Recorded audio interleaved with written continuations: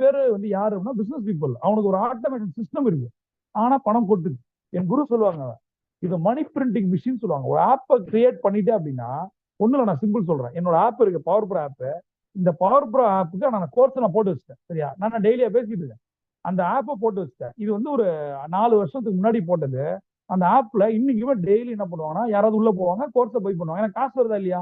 இதுதான் real passive income. அப்ப எப்பயோ போட்ட ஒரு கோர்ஸ், மனமே பணமா இருக்கட்டும், பிசினஸ் மைண்ட் செட்டா இருக்கட்டும், பிசினஸ் வாரியரா இருக்கட்டும், எல்லா கோர்ஸும் சரியா, பவர் ப்ரோ ஆப்ல எனக்கு ஒரு 20 கோர்ஸ் இருக்கு. அந்த 20 கோர்ஸுக்கு நான் ஒரு தடவை மெனக்கடல் கஷ்டப்பட்டு போட்டு வச்சிட்டேன். அது இன்னும் 200 வருஷம் ஆனாலும் 2000 வருஷம் ஆனாலும் அது வித்துக்கிட்டே இருக்கும், காசு வந்துட்டே இருக்குமா?